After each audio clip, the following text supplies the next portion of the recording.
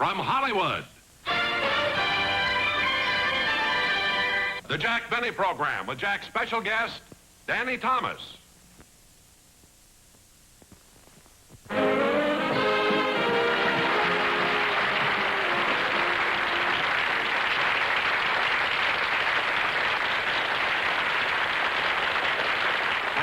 Thank you very, very much, ladies and gentlemen, and good evening. Now, if I seem to be particularly happy today, there's a reason for it. You know, I got up bright and early this morning, and I went out to Hillcrest Country Club to play golf. And I played 18 holes, and I shot a 78. Now, this is unusual for me to play so well, you see, but I owe this all to the new pro we have at Hillcrest, because he made just one little suggestion and took 20 strokes right off my game. He told me to cheat.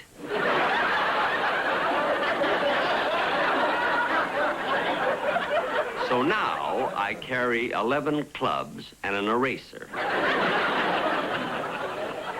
I can hardly wait until tomorrow. I'm going to come in with a 76. You know, ladies and gentlemen, there's something that I'm going to do right now that I very seldom do. But there's a couple sitting in the audience that I'd like to have you meet.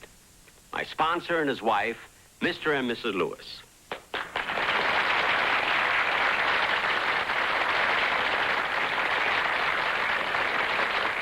Now, Mr. and Mrs. Lewis live in New York City, but the reason that he's out here right now is because it's almost option time, and he wants to be sure that I don't get away from him.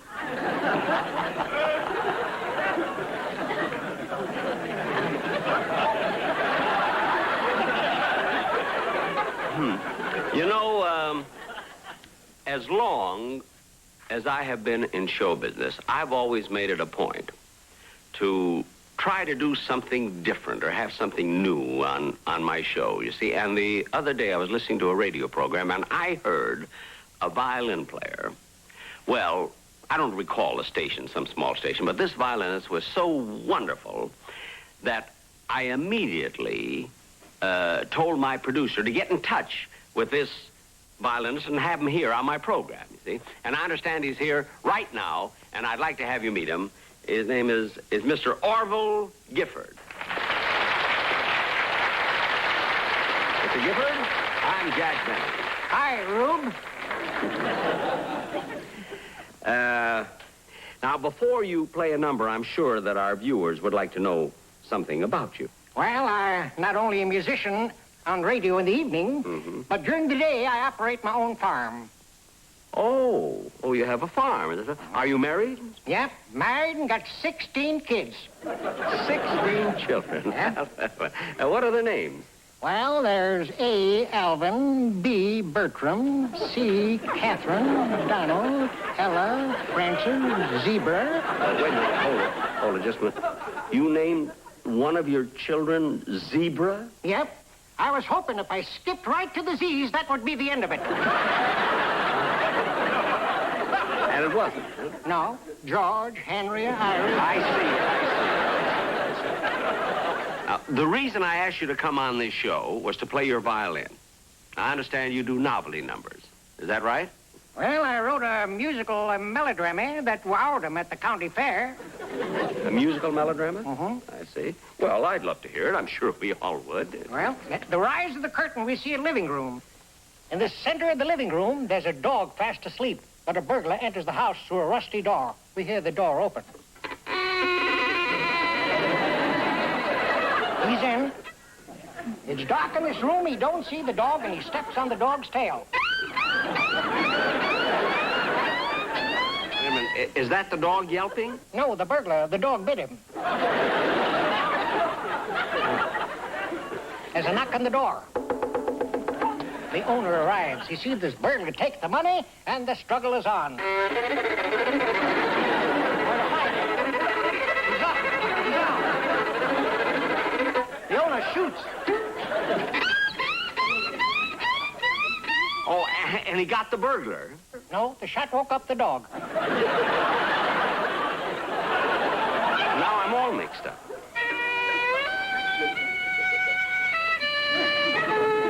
I imagine that's the finish. That's right. Tomorrow night, East Lynne.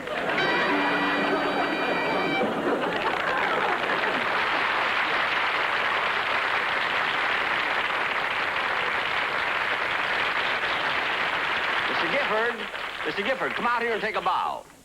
Mr. Gifford, I want to thank you very, very much for appearing on my show.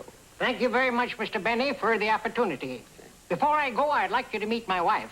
Well, that's very nice, but some other time. She's waiting right there in the wings. I know, but I'm pretty busy right now. Just a minute. Oh, Bessie! Bessie, come out here.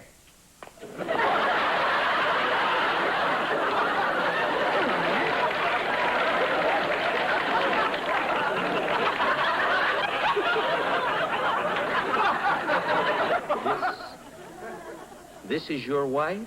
Yep. Ain't as big a hick as you thought I was. No. No, you're not. Come on, Bessie, let's go. So long, Rube.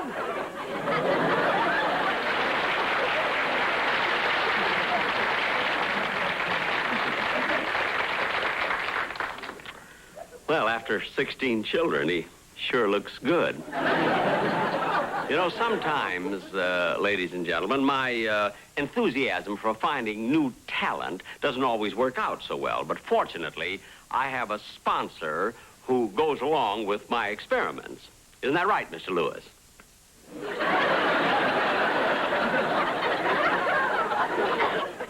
Oh, my goodness, he's gone.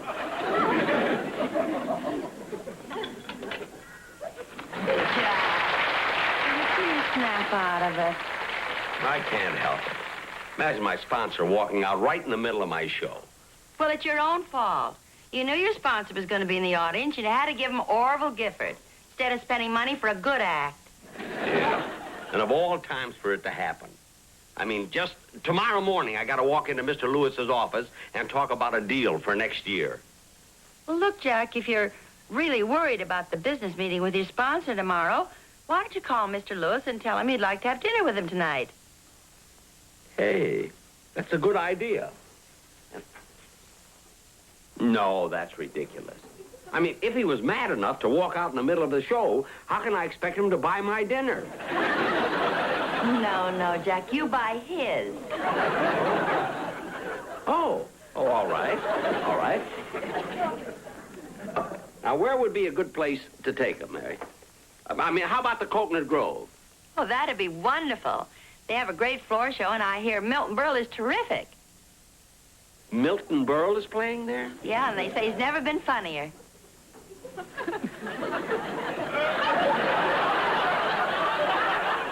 Must be someplace else I can take my sponsor. Who's playing at the Beverly Hilton? Let me see. Red Skelton. Skelton is playing there? Yeah, and he's a riot. Mary, why do you have to keep bringing up places like the Coconut Grove and the Beverly Skelton? Well, you brought them up. I don't care who brought them up. There must be someplace else we can take my sponsor. Well, Jack, if you're afraid to take your sponsor to any place where there's a comedian playing, how about the Macombo? Tony Martin's working there. No, that's out. Oh, but Jack, Tony Martin's only a singer. I know, but sometimes he ad-libs a funny introduction, and I'm in no position to take chances. Hey, I know what. Let's take him to the Ascot Room. The Ascot Room? Yeah. It's a great place. No comedians there. The feature act is Marcel and his puppet. A puppet show? Sure.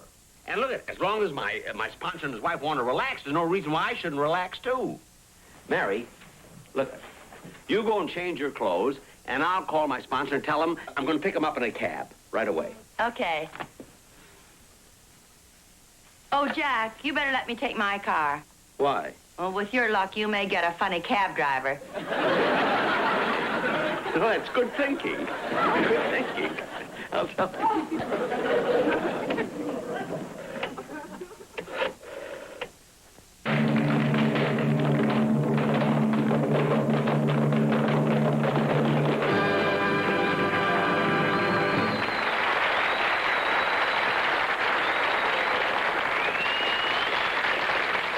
Jack, I hate to do this, but I think Mrs. Lewis and I'd better be running along.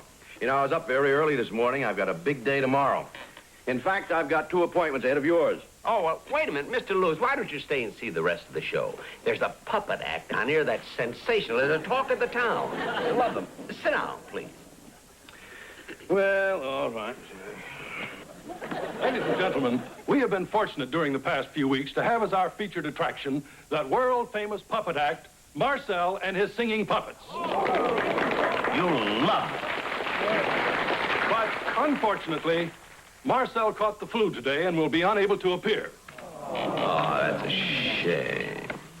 Fortunately, at the last minute, a very dear friend of mine, a man whom you all know and love, consented to come on and fill in for him. And here he is, one of America's foremost entertainers, the one and only Danny Thomas. Thank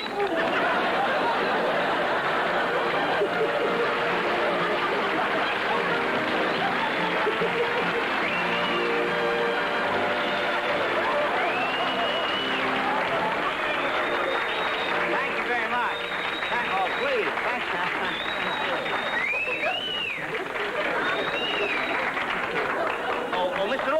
Mr. Lewis, I guess you were right. Come on, let's go. No, sit down, Jack. Sit down.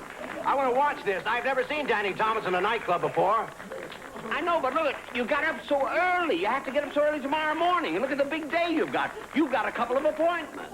Well, I can cancel yours. What? Sit down.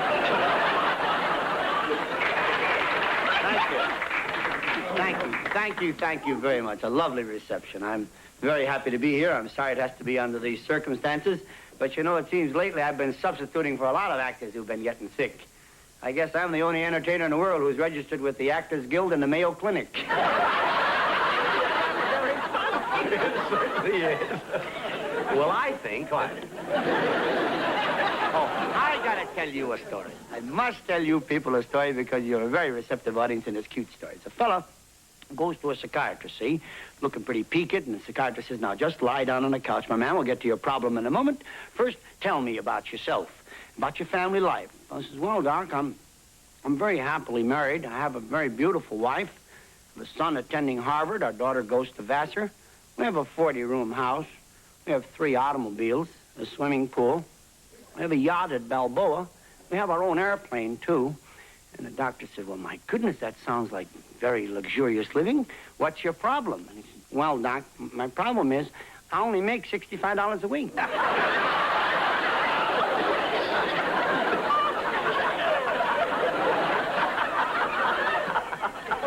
Ladies and gentlemen, I'd like to sing a little song for you, if I may. He sings, too. He not only sings, he's a star of stage, screen, television, nightclub. Mary, you're talking yourself right back into the May Company.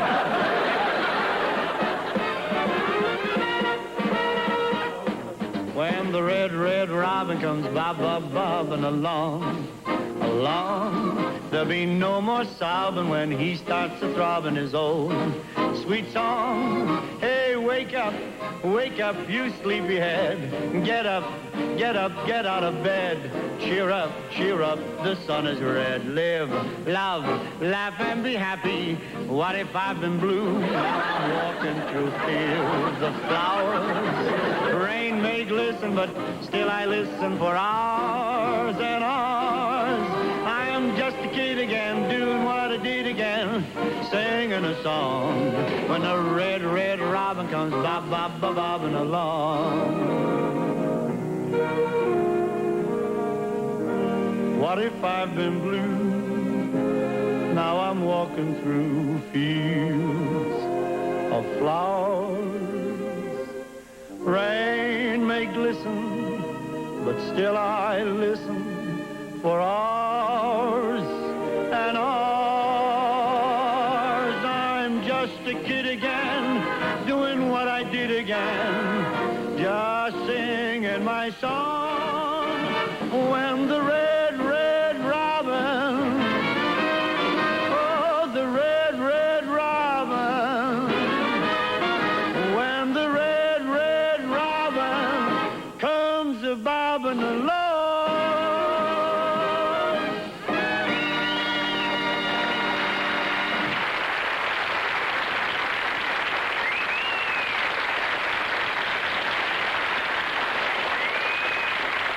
very much, ladies and gentlemen. You know, my appearance here tonight was quite unexpected, and I honestly don't know what else to do for you.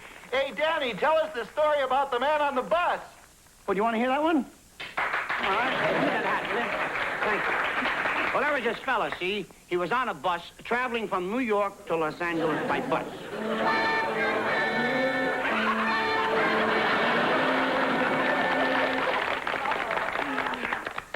Hey, Danny, how about the Toledo story? Those yokels hollering for numbers over there. Tell the bus story again, Danny. What'd you say, Jack? Nothing.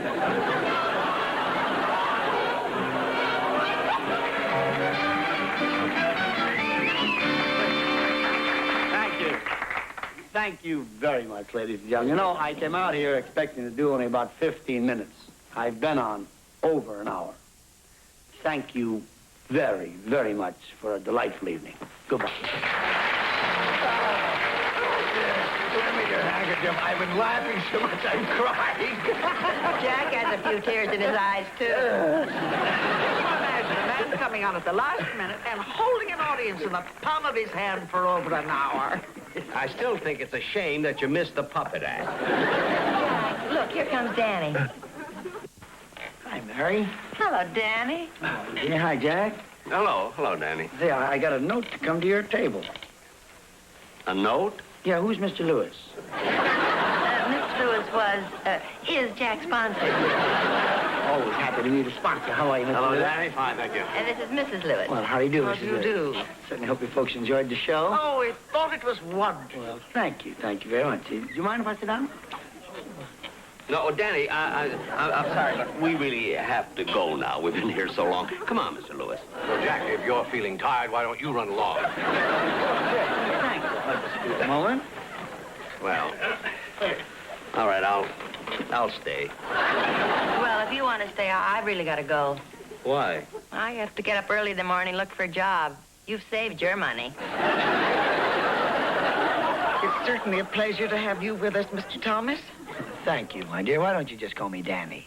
Well, you know, Danny, you have a television show every week. You make motion pictures. You appear in nightclubs. Where do you find the time and the energy? Well, I'm pretty well organized, and being young helps a lot, too. As a matter of fact, I've had so much extra time and energy on my hands lately that my agent is looking for another television show for me. Jack, let me slap you on the back. Don't, Danny. You've heard him enough. Danny, you do tell the funniest stories. I don't think there's anyone who tells a joke as well as you do. You know, buddy, I heard a very funny story the other day about a fellow who passed a restaurant, you see, and there was a big sign in the window that said, "We'll give $1,000 if someone orders something that we haven't got." See?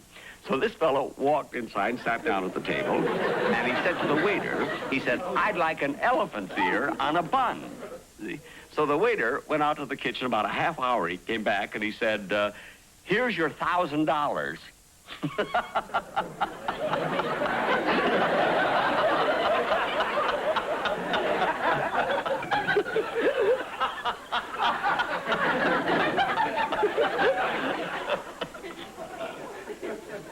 Well, I mean, evidently you've heard the story. Hmm? No, I didn't hear it. I just didn't get it. Oh. Did I? Funny, when I heard it, I fell over. Where'd you hear it? At the Shapery, I told it. It was like Jack said, you know, the way it started. This fellow came into this restaurant where they had this big sign. You get $1,000 if you order something we haven't got. So this fellow walks into the restaurant, sits down, calls the waiter over, and he says, "Say, Bud, I'll have an elephant's ear on a bun." And the waiter says, "Yes, sir. Will that be African elephant or Indian elephant?" It's funnier already. So the fellow says, "Indian elephant. And I want it on a bun." So the waiter goes out. He's gone about a half hour. He comes back. He says to the man, "Here you are, sir. Here's your $1,000. And the wise guy says, "Uh-huh. Out of elephant ears, eh?" And the waiter says, "No, sir. Out of buns."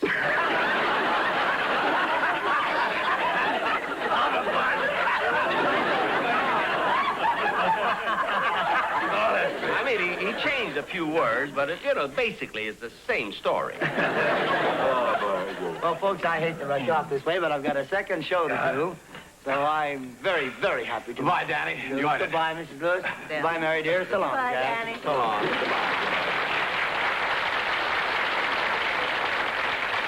Well, Mr. Lewis, let's go, huh? No, Jack, I want to stay and see the second show. But Mr. Lewis, you've got such a big day tomorrow. And don't forget, we have an early appointment in the morning, about my new contract. Well, Jack, I don't think that meeting will be necessary. What? Well, Mr. Lewis, how can you do that to me? I mean, I've been with you so many years. I mean, you can't turn me out to pasture now. I'll admit that some of my jokes weren't funny, but I can always make them better, And I sing, too. When the red robin comes bobbing along. Look, Mr. Lewis, you've got to think this over. Mr. Lewis, talk to him, will you please? Talk to him. Jack, I don't know why you're so excited. This meeting tomorrow morning would be a mere formality. We've already signed your contract, and we'll mail it to you. Mrs. Lewis, will you... What? You mean that I've been renewed? Of course. Well, I mean, why didn't you tell me sooner? Well, I told you earlier last year, and I got stuck with a check. He certainly has a wonderful sense of humor. I sing, too. Mr. Lewis, I must admit that I was plenty worried when I looked out in the audience and saw you left the studio in the middle of my show. Well, Jack, you see... I thought when you weren't there anymore, I thought my whole career was ended. Well, Jack, the only reason I walked out in the middle of your show was I wanted to catch Orville Gifford before he left the studio. I thought he was great. So I signed him for your summer replacement. You signed Orville Gifford for my summer replacement? There he is, right over there. Hi, Rube.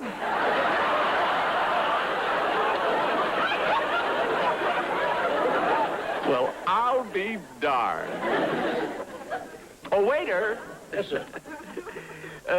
Give our check to Mr. Gifford. He's working now.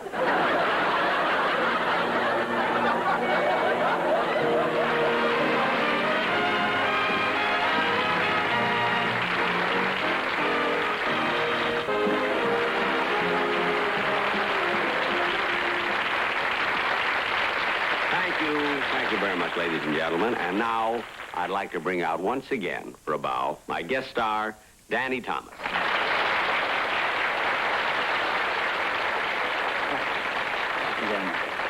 Danny, it was just wonderful having you on the show. And I want to tell you, you are not only a fine artist and really a great comedian, but you are a great guy. Wow. I understand that the check that I'm giving you for this show that you are donating to charity. Well, yes, Jack, I was going to donate it to charity, but then I changed my mind. Why? Well, after I found out how much you're paying me, I was ashamed. Well, of course, if you're sensitive about it, well, then that's up to you, Well, pleasure. Well, good night, folks.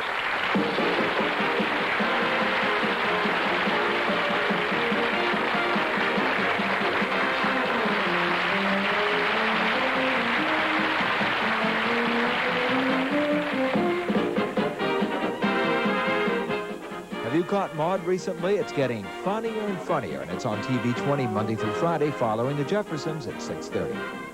Stay tuned for We the People coming up next on TV 20.